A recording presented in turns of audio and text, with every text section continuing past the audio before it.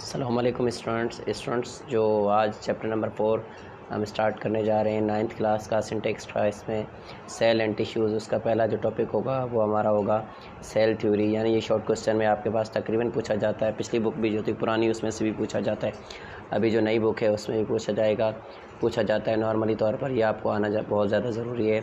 इसके लिए जो मेजर कॉन्सेप्ट हैं इस चैप्टर में क्या क्या चीज़ें होंगी, इसमें तो सबसे पहले तो आपको सेल थ्योरी और जो माइक्रोस्कोप और जो उससे वाबस्ता चीज़ें हैं उसकी टाइप्स वगैरह का डिफरेंस आना चाहिए।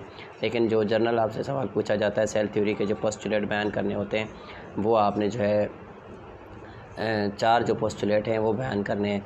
अच्छा, पोस्टुलेट कौन कौन से हैं सेल थ्योरी के, वो बेसिकली कब किसने दिए, कैसे दिए। अच्छा, सेल थ्योरी जो हमारा टॉपिक है, ये सबसे पहले तो आपके पास जो 3 साइंटिस्ट हैं, जो पहले दो जो कुलीग्स थे, जो जोलॉजिस्ट थे और एक बॉटनिस्ट था, शेल्डन और शेनमॉन। 1839 में इन्होंने 3 पॉइंट्स दिए। इन्होंने दिए काफ़ी थे लेकिन कुछ रिजेक्ट हुए और उसमें से जो है 3 इनके एक्सेप्ट हुए।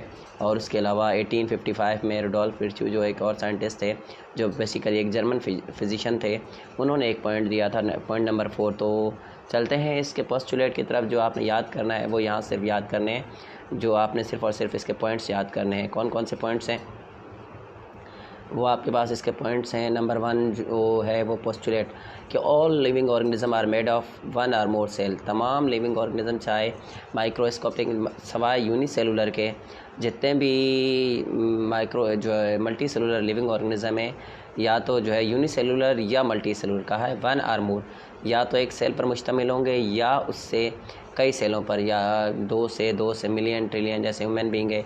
अब वो एक सेल से तो नहीं है, बहुत से सेलों से है। और जबकि ये एक सेल में हमारे पास यूग्लिना है, पैरामीशियम है, ओमेगा वगैरह, ये क्या है हमारे पास एक सेल पर है। कहा कि जितने भी लिविंग ऑर्गेनिज्म इसमें, तो इसका मतलब कहने का ये मकसद था जितने भी सेल हैं वो सारे के सारे किसके बने हुए हैं, जितने भी जो लिविंग ऑर्गेनिज्म है वो सारे के सारे सेल के बने हुए हैं। नंबर 2 इन्होंने पॉइंट कहा कि cell is the fundamental of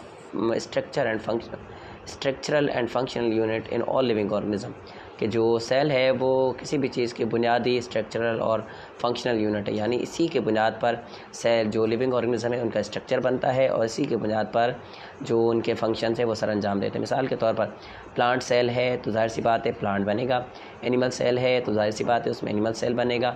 अब स्ट्रक्चर अगर उसमें सेल वॉल होगी तो प्लांट काउंटेबल होगा, अगर उसमें सेल वॉल नहीं होगी तो वो लिविंग ऑर्गेनिज्म में से यानी हमारे पास एनिमल काउंट होगा। नंबर 3 जो पॉइंट है कि जितने भी सेल होंगे वो सारे के सारे प्री एग्जिस्टिंग सेल से डिवाइड होकर बनेंगे।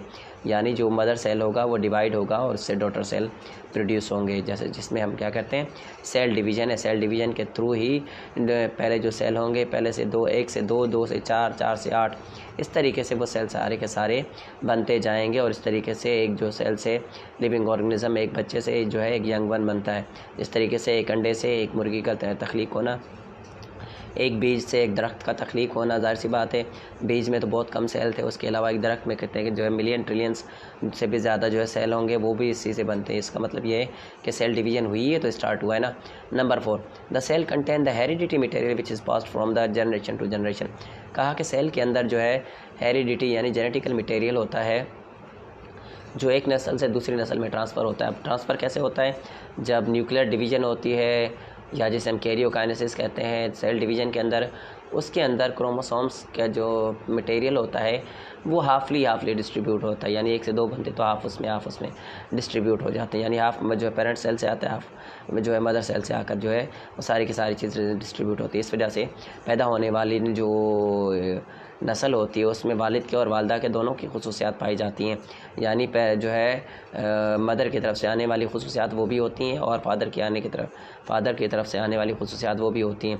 यानी आपने अक्सर सुना होगा कोई बच्चा पैदा होता है या कोई जो है कोई भी ऐसी चीज़ जो हमें दिखे जो लिविंग ऑर्गेनिज्म हो, तो हम कहते हैं, जैसे मिसाल के तौर पर बच्चा पैदा हुआ तो आने वाले जो भी लोग देखते हैं कभी कभार कहते हैं कि इसकी आंखें जो हैं बाप की तरह हैं, कभी कहते हैं इसके जो होंठ हैं वो माँ की तरफ है, माँ की तरह इसकी आइज़ जो है ये कहें कि इस फ़लाँ रिश्तेदार की तरफ मिलती हैं, फ़लाँ जो है चाचू की तरफ, मामू की तरफ, क्योंकि वो क्या है सारे के सारे खून के रिश्ते हैं, वो आपके सारे के सारे हेरिडिटी मटेरियल से ही वाबस्ता हैं।